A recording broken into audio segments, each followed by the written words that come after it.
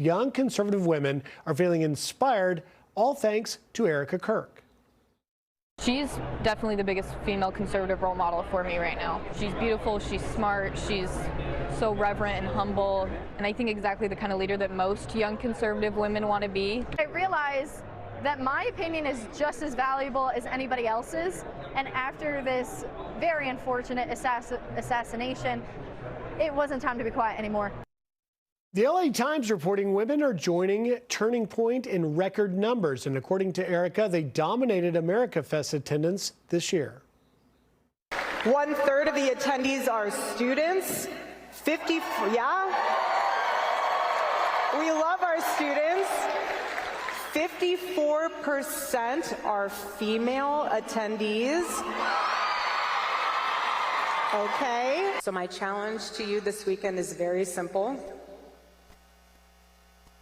Don't just attend AmFest. Let it mark you. Let it stretch you. Let it be another turning point in your life.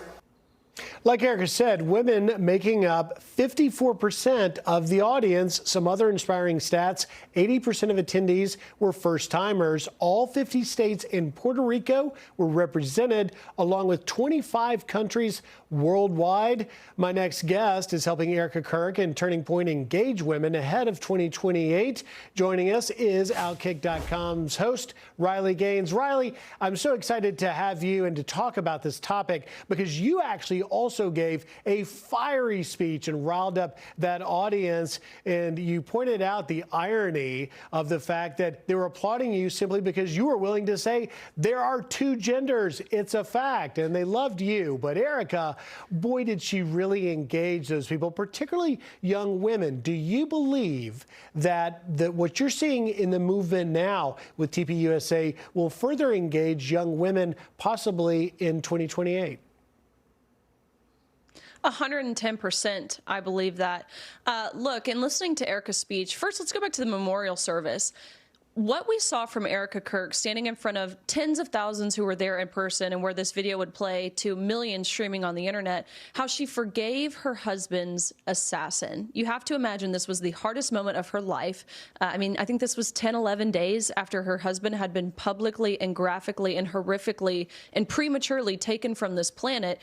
Erika Kirk stood in front of thousands and in such a beautiful, bold manner forgave her husband's assassin. I think only through God can a grieving widow possess so much serenity and strength and comfort and showed that to the world. I think especially young women saw that and they held on to that. And then to be at America Fest and to listen to her remarks, I mean, you played it in the clips that you just showed, those young women talking about the influence of Erika Kirk. Look, they highlighted how what she's doing and what Turning Point USA is doing, it's not talking down to young women, which is what we've seen for many, many years. No, Erika Kirk is teaching young women how to be empowered, I believe. And I think they spoke to how under Erika Kirk's leadership, Turning Point USA is creating spaces where women can talk about family, they can talk about faith and ambition and truth.